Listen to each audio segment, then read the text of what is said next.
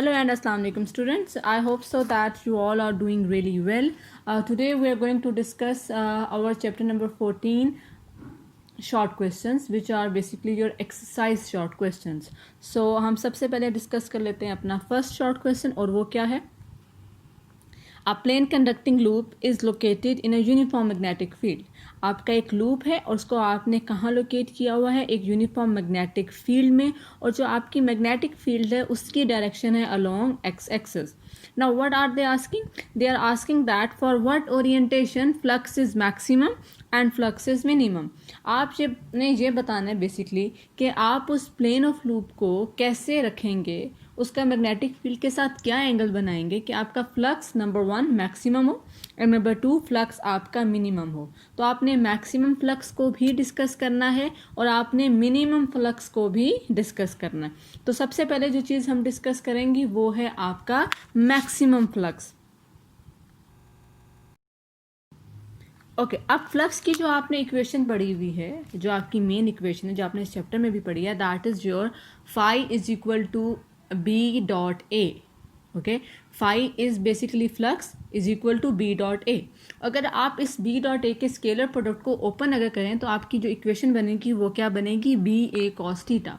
Now you have to notice that कि हमने ये लेक्चर में भी बड़ी ये चीज़ डिस्कस की थी इन डिटेल कि आपका जो थीटा है ये मैग्नेटिक फील्ड में और प्लेन ऑफ लूप के बीच में एंगल नहीं है. आपका ये जो थीटा है ये आपका एंगल है magnetic field and vector area. Okay, अगर आपको जैसे फर्स्ट ईयर में याद हो आपने क्या पढ़ा हुआ है, A डॉट बी, और जब आप उसको ओपन करते थे तो that would B AB cos theta. तो थीटा आपका एंगल था between vector A and vector B. Similarly यहाँ पे जो थीटा है वो आपका एंगल है between magnetic field and between vector area. Magnetic field is itself a vector quantity और जो वेक्टर एरिया है वो भी आपका क्या है, वेक्टर क्वांटिटी है. तो थीटा उनके बीच में एंगल है. और ये मैक्सिमम कब होगा? ऑब्वियसली जब वेक्टर एरिया और मैग्नेटिक फील्ड एक दूसरे के क्या हो जाएंगे, पैरेलल. तो फिर आपका जो फ्लक्स है वो क्या हो जाएगा, मैक्सिमम. हम इसको इस तरह से भी देख सकते हैं, अगर आप इस डायग्राम को गौर से देखें, जब वेक्टर एरिया ए वेक्टर और जब मैग्नेटिक फील्ड एक दूसरे के पैरेलल हैं तो उस टाइम पे जो प्लेन ऑफ लूप है वो आपने परपेंडिकुलर रखी हुई है. तो प्लेन ऑफ लूप आपकी क्या है, परपेंडिकुलर मैग्नेटिक फील्ड के, लेकिन वेक्टर एरिया और मैग्नेटिक फील्ड क्या है, पैरेलल हैं. तो आपका फ्लक्स क्या हो जाएगा, मैक्सिमम हो जाएगा. अब जो सेकंड केस है वो आपका ये है कि आपका फ्लक्स मिनिमम कब होगा. तो अगर आपने फ्लक्स को मिनिमम करना है उसके लिए आप देखें, डायग्राम को देखिएगा, आपका जो फ्लक्स है वो आपका मिनिमम तब होगा जब आपकी मैग्नेटिक फील्ड और वेक्टर एरिया, मैग्नेटिक फील्ड और वेक्टर एरिया एक दूसरे के परपेंडिकुलर होंगे. जब वो दोनों परपेंडिकुलर होंगे तो थीटा आपका 90 बनेगा, cos 90 आपका क्या होता है, 0. इसको भी हम ऐसे देख सकते हैं, अगर आप इसकी डायग्राम को गौर से देखें कि जब आपका वेक्टर एरिया और मैग्नेटिक फील्ड परपेंडिकुलर है तो आपकी जो प्लेन ऑफ लूप है वो मैग्नेटिक फील्ड के क्या है, पैरेलल है. तो ये दोनों तरह से आपके इवन पेपर में भी एमसीक्यू आ सकता है. तो आपने गौर से एमसीक्यू को पढ़ना है कि क्या वो आपसे एंगल बता रहा है प्लेन ऑफ लूप और मैग्नेटिक फील्ड का, या वो आपको एंगल बता रहा है वेक्टर एरिया और मैग्नेटिक फील्ड का. तो वो आप लोगों ने एक दफ़ा एमसीक्यू को गौर से देखना. Your next question is 14.2 and what it says that कि आपका जो एक इलेक्ट्रिक करंट है वो कंडक्टर के अंदर जब भी पास करता है तो वो अब कंडक्टर के इर्द गिर्द एक मैग्नेटिक फील्ड प्रोड्यूस कर देता है, जिसको हम एम्पेयर्स लॉ की मदद से क्या कर सकते हैं, फाइंड आउट कर सकते हैं. और आपका करंट क्या है, फ्लो ऑफ चार्ज. जब भी आपका चार्ज एक फ्लो में होता है, जब भी चार्ज आपका मोशन में होता है, उसको हम क्या नाम देते हैं, करंट का नाम देते हैं.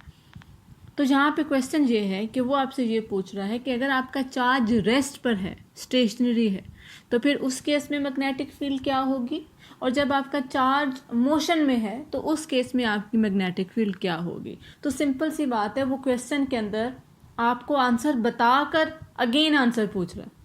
जब वो आपको क्वेश्चन में बता रहा है कि करंट की वजह से मैग्नेटिक फील्ड प्रोड्यूस होती है और करंट क्या है, फ्लो ऑफ चार्ज. तो जब आपका चार्ज स्टेशनरी है, जब आपका चार्ज रेस्ट पर है, तो क्या आपका करंट प्रोड्यूस होगा? नो। तो जब आपका करंट ही नहीं प्रोड्यूस होना, then how it is possible कि आपकी मैग्नेटिक फील्ड प्रोड्यूस हो जाए? तो इन शॉर्ट, अगर आपका चार्ज रेस्ट पर है, अगर आपका चार्ज स्टेशनरी है, तो उस केस में आपका करंट ज़ीरो है, और जब आपका करंट ज़ीरो है तो फिर आपकी मैग्नेटिक फील्ड भी क्या हो जाएगी? ज़ीरो। अगर आप वायर के केस में जो आपकी मैग्नेटिक फील्ड है उसकी इक्वेशन होती है mu not I bye 2πr। तो जब आपका आई ज़ीरो है स्टेशनरी के केस में, तो फिर आपकी मैग्नेटिक फील्ड भी क्या हो जाएगी? ज़ीरो हो जाएगी। तो ये आपने याद रखनी है, ये भी पेपर में एमसीक्यू आता है कि स्टेशनरी चार्ज के गिर्द मैग्नेटिक फील्ड क्या होती है। भाई आपने पढ़ा है चैप्टर नंबर 12 में कि स्टेशनरी चार्ज के गिर्द सिर्फ इलेक्ट्रिक फील्ड होती है, स्टेशनरी चार्ज के गिर्द मैग्नेटिक फील्ड नहीं होती। ओके, यहाँ से हमने वो चीज़ उस चीज़ को साबित भी कर दिया कि जो अगर आपका चार्ज रेस्ट पर है और तो मैग्नेटिक फील्ड क्या हो जाएगी? ज़ीरो हो जाएगी।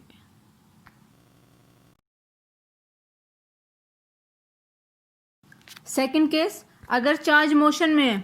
ओके, अगर चार्ज आपका मोशन में है तो इसका मतलब है उसको हम क्या कहते हैं कि करंट है, और जब भी आपका करंट होता है तो फिर आपकी ऑब्वियसली क्या होती है? मैग्नेटिक फील्ड है। तो रेस्ट पे चार्ज के लिए नो मैग्नेटिक फील्ड, लेकिन अगर चार्ज मोशन में है, अगर चार्ज मूव कर रहा है तो फिर आपकी मैग्नेटिक फील्ड मौजूद होगी, क्योंकि जब करंट ज़ीरो नहीं है तो फिर मैग्नेटिक फील्ड भी आपकी ज़ीरो नहीं हो सकती।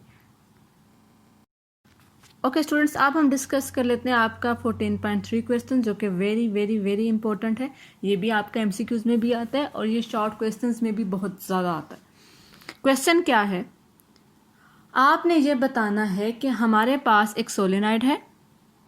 आपने टॉपिक पढ़ा था एम्पेयर्स लॉ का। सोलेनाइड है, अगर आप उस सोलेनाइड की लेंथ को डबल कर दें, सिर्फ लेंथ को डबल करें, बाकी तमाम पैरामीटर्स कांस्टेंट हैं। अगर आप लेंथ को डबल कर दें तो फिर मैग्नेटिक फील्ड पे क्या फ़र्क पड़ेगा सोलेनाइड की? दूसरा, अगर आप सोलेनाइड के नंबर ऑफ टर्न्स को ज़्यादा कर दें तो फिर मैग्नेटिक फील्ड पे क्या फ़र्क पड़ेगा? नंबर 1 केस क्या है? आपने लेंथ को डबल करना है। नंबर 2 केस क्या है? आपने नंबर ऑफ टर्न्स यानी कैपिटल एन को आपने डबल करना है, और आपने ये बताना है कि सोलेनाइड की मैग्नेटिक फील्ड पे क्या असर पड़ेगा। तो सबसे पहले तो हमें ये पता होना चाहिए कि सोलेनाइड की मैग्नेटिक फील्ड की इक्वेशन क्या है, और जो सोलेनाइड है उसकी मैग्नेटिक फील्ड की इक्वेशन है म्यू नॉट एन आई, और स्मॉल एन क्या होता है? Number of turns per unit length. तो हम स्मॉल एन की जगह क्या प्लेस कर सकते हैं? कैपिटल एन बाय एन, क्योंकि स्मॉल एन की डेफिनेशन ही क्या है? Number of turns per unit length. It means capital N by L. तो हमने एन की जगह पे क्या प्लेस कर दिया? Capital N by L. तो अब इस इक्वेशन को देख के बताएं, मैग्नेटिक फील्ड और लेंथ का ताल्लुक आपस में क्या है? इनवर्स है, बोथ आर इनवर्सली प्रोपोर्शनल। तो जब आप लेंथ को डबल कर देंगे तो आपकी मैग्नेटिक फील्ड क्या हो जाएगी? Half, because both are inversely proportional. एक को ज़्यादा करेंगे तो आपकी जो दूसरी चीज़ है वो कम हो जाएगी। तो इस चीज़ में म्यू नॉट कांस्टेंट है, आई कांस्टेंट है, एन कांस्टेंट है। सिर्फ एल को देखें, बी और एल का ताल्लुक क्या है? इनवर्स। तो लेंथ को डबल करने से आपकी मैग्नेटिक फील्ड क्या हो जाएगी? हाफ हो जाएगी।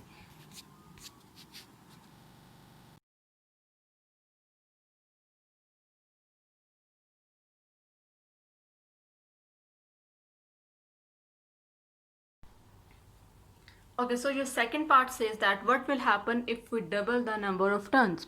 अगर आप इस इक्वेशन को देखें, आपको ये साफ दिखाई दे रहा है कि मैग्नेटिक फील्ड और नंबर ऑफ टर्न्स एक दूसरे के डायरेक्टली प्रोपोर्शनल है।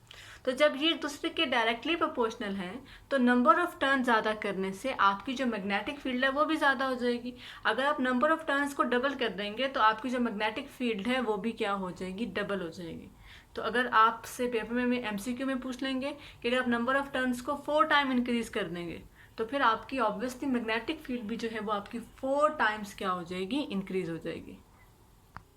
Okay, your next question says that आपका एक प्रोटॉन है, वो आपका एक्स डायरेक्शन में मूव कर रहा है, और अब हमने उसको एक ऐसी जगह पे प्लेस किया जहाँ पर आपकी मैग्नेटिक फील्ड है इन नेगेटिव जी डायरेक्शन। तो वो आपसे ये पूछ रहे हैं कि किस डायरेक्शन में मैग्नेटिक फोर्स एक्ट होगी? First question. सेकंड क्वेश्चन वो आपसे ये पूछ रहे हैं क्या प्रोटॉन आपका एक्स डायरेक्शन में ही मूव करता रहेगा? फिर से बात को सुन लें, आपका प्रोटॉन एक्स डायरेक्शन में मूव कर रहा था, आपने इसको मैग्नेटिक फील्ड के अंदर रखा, मूविंग चार्ज है मैग्नेटिक फील्ड के अंदर, तो ऑब्वियसली उसके ऊपर एक फोर्स एक्ट होगी। अब जो फोर्स एक्ट हो रही है, एक आपने क्या बताना है उसकी डायरेक्शन क्या है, और दूसरा क्या आपका प्रोटॉन एक्स एक्सिस में ही मूव करता रहेगा मैग्नेटिक फोर्स के लगने के बाद भी? तो पहले क्वेश्चन का आंसर देखते हैं पहले। अब आप क्वेश्चन में देखें कि आपकी मैग्नेटिक फील्ड किस डायरेक्शन में है और आपका चार्ज किस डायरेक्शन में मूव कर रहा है। मैग्नेटिक फील्ड उसने बताया कि नेगेटिव जी डायरेक्शन में है, तो आपको पता है कि ये आपका एक्स एक्सिस होता है, this is your y axis and this is your z axis, this is your positive z axis. तो अगर आपने इसको नेगेटिव जी एक्सिस में कन्वर्ट करना है, so that would be negative z axis. If this is positive then this axis is negative z axis. अब ये आपका नेगेटिव जी एक्सिस है, चार्ज आपका मूव करा था अलोंग एक्स एक्सिस, वेलोसिटी को आपने कहाँ लगा दिया? Along x axis. अब आपने निकालनी है डायरेक्शन ऑफ फोर्स। अब आप क्या अप्लाई करेंगे? आप अप्लाई करेंगे राइट हैंड रूल। आपने पढ़ी है equation q v cross B, F is equal to q v cross B. आप सिंपल क्या अप्लाई करेंगे? Right hand rule. अपने फिंगर्स को आप वी की तरफ रखेंगे, जस्ट लाइक दैट। ये आपने फिंगर्स को वी की तरफ रखा, इसको फिर बी की तरफ घुमाया। थंब आपका किस तरफ लग रहा है? अपवर्ड। फिंगर्स आपकी वी की तरफ हैं, उसको मैग्नेटिक फील्ड की तरफ घुमाया बाय कीपिंग थंब अपवर्ड। आपका थंब कहाँ लग रहा है? इस केस में अपवर्ड लग रहा है। अपवर्ड लग रहा है तो इसका मतलब है आपकी मैग्नेटिक फोर्स की फिर डायरेक्शन क्या होगी? Along y axis.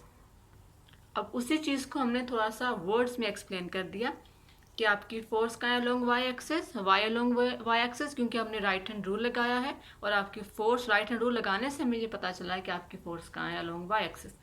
अब जो इसका सेकंड पार्ट था क्वेश्चन का, will proton continue to move in the x direction? क्या प्रोटॉन आपका पहले भी एक्स में मूव कर रहा था? क्या जब फोर्स वाई में लगी है, क्या अभी भी प्रोटॉन एक्स में ही मूव करता रहेगा? नो। अब प्रोटॉन किस में मूव करेगा? एक्स वाई प्लेन में, यानी वो कर्व पाथ में मूव करना शुरू कर देगा। अब आपका प्रोटॉन किस में मूव करेगा? एक्स वाई प्लेन में। एक्स वाई प्लेन से क्या मुराद है? Two dimensional motion. Two dimensional motion आपकी बेसिकली आपकी कर्व मोशन हो जाती है, आपकी सर्कुलर मोशन हो जाती है। तो आपका जो प्रोटॉन है वो किस में मूव करेगा? कर्व पाथ में in x y plane. Question number 14.5 से कि हमारे पास दो चार्ज पार्टिकल हैं और हमने उन दोनों चार्ज पार्टिकल को एक ऐसे एरिया में फेंका है जहाँ पे मैग्नेटिक फील्ड है, और जो दोनों चार्ज पार्टिकल हैं वो अपोजिट डायरेक्शन में डिफ्लेक्ट हो गए। मतलब एक राइटवर्ड चला गया और एक कहाँ चला गया? लेफ्टवर्ड। अब आप ये बताएं कि उन चार्जेस के बारे में what can you say about that? तो पहला जो इसका आंसर है, इसके दो पॉसिबिलिटीज हो सकती हैं। पहली पॉसिबिलिटी क्या है कि दोनों चार्जेस हैं वो अपोजिट हैं, मीन्स एक पॉजिटिव है और एक नेगेटिव है, दोनों चार्जेस अनलाइक हैं। तो अगर आप देखें इक्वेशन को, पॉजिटिव के लिए अगर फोर्स राइटवर्ड है तो नेगेटिव के लिए अपोजिट हो जाएगी, तो नेगेटिव के लिए क्या हो जाएगी? नेगेटिव। तो एक रीज़न तो ये हो सकता है कि दोनों अनलाइक चार्जेस हैं। दूसरी रीज़न क्या हो सकती है कि दोनों लाइक चार्जेस हों, सेम हो, लेकिन जब हमने उसको उस एरिया में फेंका है तो हमने वेलोसिटीज को रिवर्स कर दिया, यानी उनकी जो वेलोसिटी है जब हमने उसको अंदर एंटर किया है तो जो प्रोजेक्टिंग वेलोसिटी है उनकी वो क्या है? ऑपोजिट है। यानी एक के लिए भी पॉजिटिव है और एक के लिए भी नेगेटिव है, तो भी आपकी जो फोर्स है वो क्या लगेगी? ऑपोजिट लगेगी। एक जो चार्ज है वो एक्स एक्सिस में डिफ्लेक्ट हो जाएगा और जो एक चार्ज है वो नेगेटिव एक्स एक्सिस में डिफ्लेक्ट हो जाएगा। एक राइट पर डिफ्लेक्ट हो जाएगा और एक लेफ्ट पर डिफ्लेक्ट हो जाएगा। Okay, so what is your next question? Your question number 14.6 says that अगर आपका एक चार्ज है वो एक यूनिफॉर्म मैग्नेटिक फील्ड में मूव कर रहा है विद वेलोसिटी v, तो आप ये बताएं कि उस मैग्नेटिक फोर्स की वजह से जो कि उस चार्ज के ऊपर एक्ट होगी कि कोई वर्क डन क्यों नहीं होगा। You have to notice that is work done by magnetic force. आप ये बताएं कि जब एक चार्ज मैग्नेटिक फील्ड में मूव कर रहा है तो मैग्नेटिक फोर्स की वजह से वर्क डन क्यों नहीं होगा। मैग्नेटिक फोर्स कौन सी फोर्स है? जो कि चार्ज को सर्कल में मूव करवाती है। इसका मतलब है magnetic force act as a centripetal force. और आपने ये फर्स्ट ईयर में भी पढ़ा था कि जो सेंटीपिटल फोर्स है उसकी वजह से वर्क डन क्या होता है? जीरो। और इस केस में जो सेंटीपिटल फोर्स है वो कौन सी है? Magnetic force. क्योंकि होता क्या है, जब आप चार्ज को अंदर एंटर कर रहे हो उसके ऊपर एक परपेंडिकुलर फोर्स एक्ट हो रही है, तो वो चार्ज को कर्व पाथ में मूव करवाना शुरू कर देती है। That's why magnetic force is called deflecting force. और अगर आप सर्कुलर पाथ को देखो, अगर आप इस डायग्राम को देखो, फोर्स और वेलोसिटी या फोर्स और जो मोशन की डायरेक्शन है वो एक दूसरे के क्या है? परपेंडिकुलर। हमने वर्क डन की इक्वेशन क्या पढ़ी हुई है, एफ डॉट डी। अगर आप उसको ओपन करेंगे that would B F D cos theta. तो इस केस में थीटा क्या है, थीटा आपका 90, क्योंकि फोर्स और डिस्प्लेसमेंट के बीच में एंगल क्या है, 90। जो डायरेक्शन वेलोसिटी की है वही डायरेक्शन, जो डायरेक्शन वेलोसिटी की है वही डायरेक्शन डिस्प्लेसमेंट की भी है। तो जहाँ पर जो डी है और जो फोर्स है, डिस्प्लेसमेंट और फोर्स के बीच में एंगल आपका क्या है, 90। काज 90 आपका क्या होता है, 0। तो आपका वर्क डन भी क्या हो जाएगा, 0। इसका मतलब ये हुआ, अगर पेपर में आपसे एमसीक्यू भी पूछा जा सकता है, what is work done by magnetic force या what is work done by centripetal force.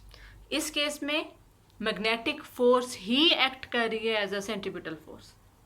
तो सेंट्रीपिटल फोर्स की वजह से भी वर्क डन 0 होता है और मैग्नेटिक फोर्स की वजह से भी वर्क डन 0 है, क्योंकि फोर्स और डिस्प्लेसमेंट के बीच में जो एंगल आपका बन रहा है वो आपका क्या बन रहा है, 90। That's why your work done is 0।